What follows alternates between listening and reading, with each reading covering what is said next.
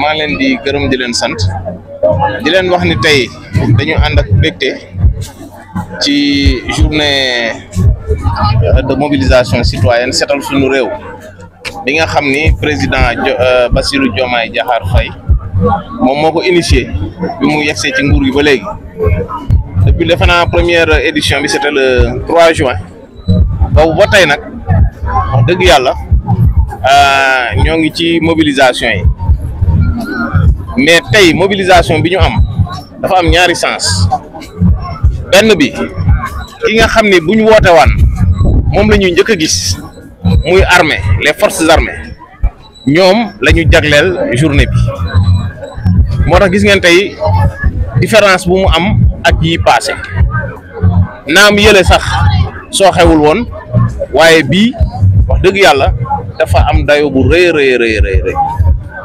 ñaareel bi mooy mbégte mi ma am ci ñu tànn département de Koungheul comme point focal région wu Kaffrine alors ci turu gouverneur de la région ma présider travaux yi kon dama ci am mbégte mu rëy gannaaw loolu ci biir mobilisation bi mooy mbégte bi ma njëkk am mooy mobilisation bu rëy bi ak réussite bi dañ ciy ràññee couche yëpp rawatina suñu député yi sax ñëw nañ ASC yi ñëw nañ jeunesse bi génn na ak chef de service yi nga xam ne ñoom ñoo fi daan nekk ak jigéen ñi gis nañ fi Mère Khady Ndiaye léegi ak ASC yeeg ñëpp ñëw nañ kon lii dafa war a nekk tey déclic pour que bar bi bu mu wàccati bar bi nag buñ bañee mu wàcc dañ koy organiser ci gox yeeg goxaati tey naam jël nañ ñaari site sentinelle ou alors site échantillon yoo xam ne nii moom la ñu def muy devanture stade bi ak diggante sapeur pompier ak centre de santé bi foofu ni mu meloon boo fa demee tey wax dëgg yàlla sa xol dafay sedd te xam ne loo defar rek mu jag kon li ñu président di woo ci suñu ngëneel la bokk te suñu bopp lañ koy defar donc wax dëgg yàlla maa ngi woo encore une fois population yi ku ci nekk samedi bu nekk ngeen ñu génn rawatina nag samedi bi njëkk ci weer wi ñu defar suñu gox yeeg goxaat yi di féliciter armée encore une fois ak gendarmerie ak ñi fi teew ñëpp di leen gërëm di leen sant FDS yi n'est-ce pas voilà parce que ñoom ñëpp kenn desul ginnaaw FDS yi gis naa fi eaux et forêt police sapeur pompier n'est-ce pas gendarmerie service d'hygiène voilà service d'hygiène tout le monde est là wax dëgg yàlla FDS yëpp teew nañ waaw merci pour cette belle opportunité offerte en cette journée de mobilisation citoyenne setal sunu réew initiée par le président de la République son excellence Bassirou Diomaye Diakhar Faye. Donc la première journée, je pense que c'était le 3 juin 2024.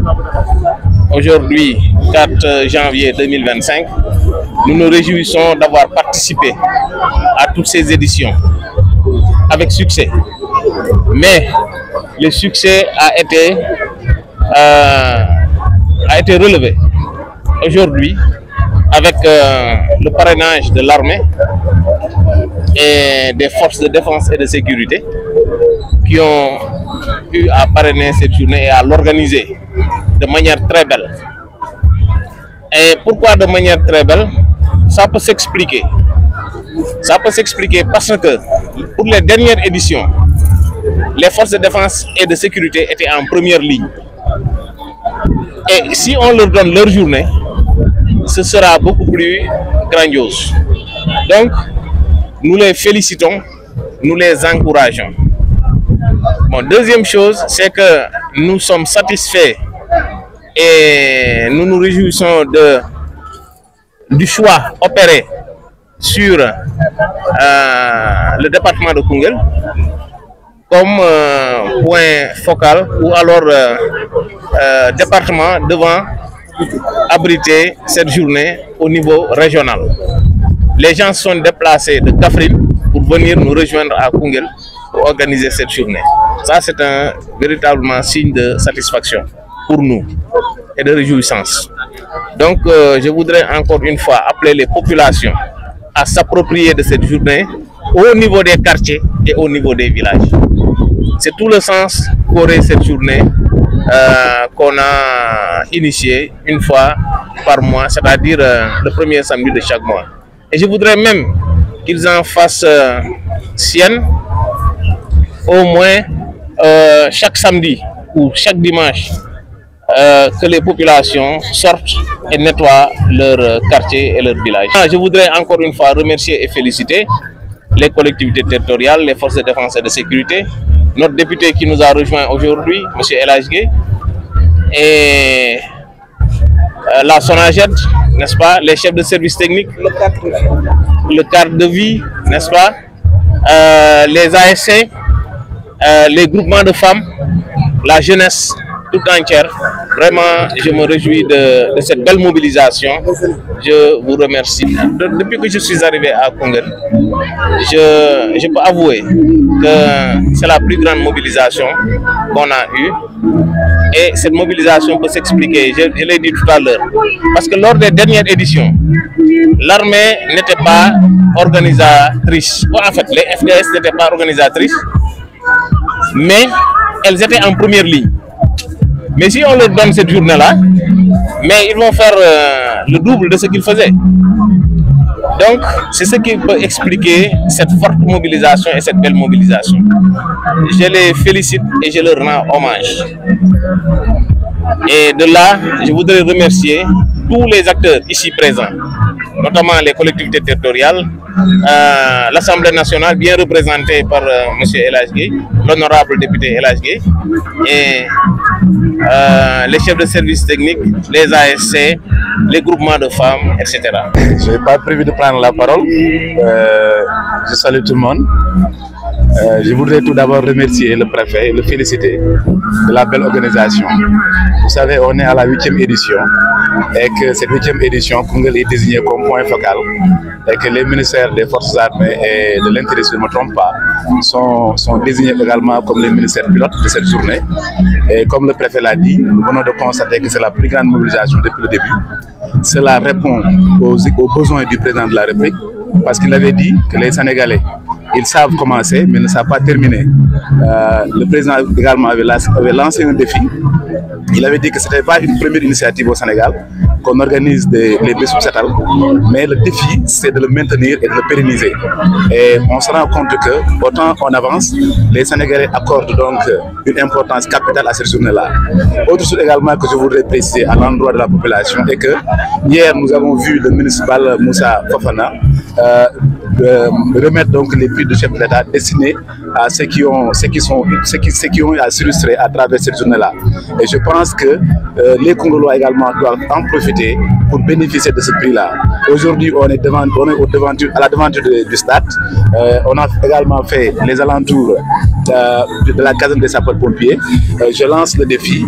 Les Congolais, dans leur quartier, doivent faire de telle sorte que ce prix prochainement revienne donc aux Congolais. Ils peuvent le faire, ils en ont la capacité.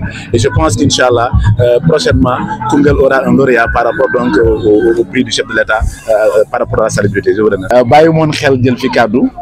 Ndax comme ni ko préfet waxee bés bi dafa bokk ci agenda wu état mën nañu wax ndax premier samedi du mois dañuy wàcc sur le terrain jéem a defar suñu gox jéem a setal suñu gox bii mu nekk 8e édition donc défi bi ñu lancé woon nekkuloon organiser ko rek mais mu nekk loo xam ne luy wéy la Sénégal yi bañ ko commencé fàtte ko te bu ñu xoolee 8e édition bi préfet wax na ko léegi mu ëpp mobilisation kon wane nañ li nga xamante ni moom le président sàkkoon ak son premier ministre Ousmane Sonko Sénégalais yi ñu ngi ci Koungheulais yi ñu ngi ci mais di féliciter également le préfet ak les ministères concernés ndax bu ngeen xoolee journée bi dañ ko jagleel ay ministères par rapport au pilotage te gis nañ ici au département de Koungheul que wax dëgg yàlla ñi ngi incarné ministère boobu tel que le camp militaire ak sapeurs-pompiers ak tous les services ñoom ñëpp mobilisé wu nañ ko mu nekk une très grande réussite donc ñu ngi leen di féliciter di leen sant di wax Koungheulais ne gis nañu démb le ministre Balla Moussa Fofana yóbbu prix chef de l'État yi jëm ci wàllu cet lu tollook ñetti dëkk yaakaar naa dem na Thiès su ma juumul dem na quelque part dans la région de Kaolack